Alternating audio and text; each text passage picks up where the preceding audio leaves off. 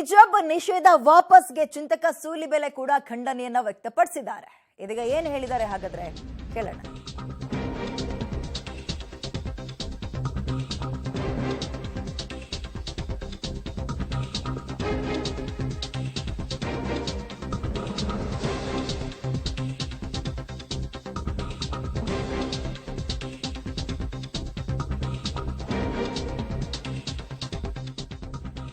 ಸೂಲಿಬೆಲೆ ಅವರು ಹೇಳ್ತಾರೆ, ಕಾಂಗ್ರೆಸ್ ಒಂಥರ ಮುಸ್ಲಿಂ ಪಾರ್ಟಿ ಆಗೋಗ್ಬಿಟ್ಟಿದೆ.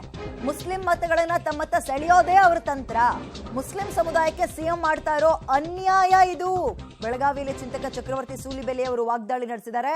ಕಾಂಗ್ರೆಸ್ ಈ ರೀತಿ ಅಂಶಗಳನ್ನ ಮಾತನಾಡೋದ್ರ ಮುಖಾಂತರ ಮುಸ್ಲಿಂ ಪಾರ್ಟಿ ಆಗ್ತಾ ಇದೆ ಅಂತ. ಸಿದ್ದರಾಮಯ್ಯನವರು ಅಧಿಕಾರಕ್ಕೆ ಬಂದಾಗಲಿಂದ ಇದಕ್ಕಿಂತಲೂ ಭಿನ್ನವಾದ ನಿರೀಕ್ಷೆ ನಮ್ಗಳದ್ದೇನೂ ಇರಲಿಲ್ಲ. ಕಾಂಗ್ರೆಸ್ ಒಂಥರ ಮುಸ್ಲಿಂ ಪಾರ್ಟಿಯಾಗಿ ನಿರ್ಮಾಣಗೊಂಡ್ಬಿಟ್ಟಿದೆ.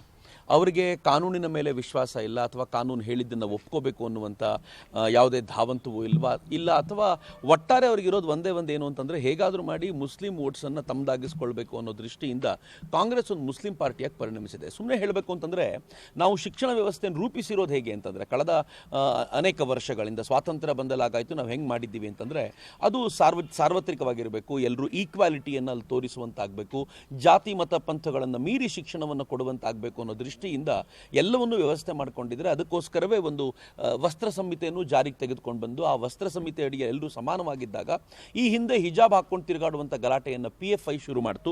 ಆ PFI ಬೆಂಬಲಿಗರಾಗಿದ್ದಂಥ ಸಿದ್ದರಾಮಯ್ಯನವರು ತಮ್ಮ ಅವಧಿಯಲ್ಲಿ PFIನ ಕೇಸುಗಳನ್ನೆಲ್ಲ ತೆಗೆದಿದ್ದಂಥ ಸಿದ್ದರಾಮಯ್ಯನವರು ಈಗ ಅಧಿಕಾರಕ್ಕೆ ಬಂದೊಡನೆ ಯಾವುದನ್ನು PFIನವರು ಒಂದು ಗಲಾಟೆಯಾಗಿ ಶುರು ಮಾಡಿದ್ರು ಅದಕ್ಕೆ ಮತ್ತೆ ಬೆಂಬಲ ಕೊಟ್ಟಿದ್ದಾರೆ. ಇದು ಬಹಳ ದುರಂತಕಾರಿ ಸಂಗತಿ ಅಂತ ನನಗನ್ಸುತ್ತೆ.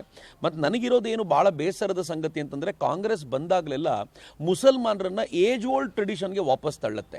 ನರೇಂದ್ರ ಮೋದಿಯವರು ಬಂದು ಈ ದೇಶದಲ್ಲಿ ಮುಸಲ್ಮಾನರ ವಿರುದ್ಧ ಇದ್ದಂಥ ಅಥವಾ ಹೆಣ್ಮಕ್ಳ ವಿರುದ್ಧ ಇದ್ದಂಥ ಟ್ರಿಪಲ್ ತಲಾಖನ್ನು ತೆಗೆದ್ರು, ಅವರಿಗೆ ಸ್ವಾತಂತ್ರ್ಯವನ್ನು ಸ್ವಾಭಿಮಾನವನ್ನು ತುಂಬುವಂಥ ಪ್ರಯತ್ನ ಮಾಡಿದರು.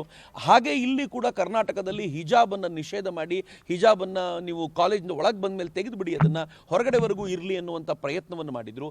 ಆದರೆ ಈಗ ಮತ್ತಿವನ್ನೆಲ್ಲ ತರೋ ಮೂಲಕ ಆ ಹೆಣ್ಣು ಮಕ್ಕಳಿಗೆ ಆ ಶಿಕ್ಷೆಯನ್ನು ಕೊಡ್ತಿದ್ದಾರಲ್ಲ, ಅದು ಸಿದ್ದರಾಮಯ್ಯನವರು ಮುಸಲ್ಮಾನರಿಗೆ ಮಾಡ್ತಿರುವಂಥ ಅನ್ಯಾಯ ಅಂತ ಮುಸಲ್ಮಾನರು ಅರ್ಥ ಮಾಡ್ಕೋಬೇಕು ಅಂತ ನನಗನ್ಸುತ್ತೆ. ಇದು ಚಿಂತಕ ಸೂಲಿಬೆಲೆ ಅವರು ಮಾತನಾಡಿರುವಂತಹ ವಿಚಾರ. ಅಂದ್ರೆ ಕಾಂಗ್ರೆಸ್ ಒಂಥರ ಮುಸ್ಲಿಂ ಪಾರ್ಟಿ ಆಗಿದೆ ಅಂತ. ನಿನ್ನೆ ಕೊಟ್ಟಂತಹ ಸಿಎಂ ಅವರ ಹೇಳಿಕೆಯಿಂದಲೇ ಎಲ್ಲರೂ ಈ ರೀತಿಯ ಪ್ರಶ್ನೆಗಳನ್ನ ಮಾಡ್ತಾ ಇಲ್ಲ. ಯಾಕಂದ್ರೆ ಇತ್ತೀಚೆಗೆ ಕಳೆದ ಒಂದು 10-15 ದಿನ ಲೆಕ್ಕ ತಗೊಂಡ್ರೆ ಸಾಕು, ಒಂದು ಇಡೀ ದೇಶದಲ್ಲಿ ಮುಸ್ಲಿಮರಿಗೂ ಭಾಗ ಸಿಗಬೇಕು ಅಂದಿದ್ದು, 10,000 ಕೋಟಿ ಅಭಿವೃದ್ಧಿ ಕೊಡ್ತೀನಿ ಅಂದಿದ್ದು, ಯಾವುದು ತಪ್ಪಿಲ್ಲ ಅಂದ್ರು ಹೋಗ್ ಬಂದಲ್ಲಿ ಬರೀ ಮುಸ್ಲಿಂ ಅಂತ ಸಿದ್ದರಾಮಯ್ಯ ಅವರು ಓಲೈಕೆ ಮಾಡ್ತಾ ಇದಾರಲ್ಲ, ಇದೆಲ್ಲೋ ಒಂದ್ ಕಡೆ ಹಂಗೆ ಅನ್ನಿಸ್ತಾ ಇದೆ ಜನರಿಗೆ ಅನ್ನುವಂತಹ ವಾದ ಕೂಡ ಕೇಳಿ ಬರ್ತಾ ಇದೆ.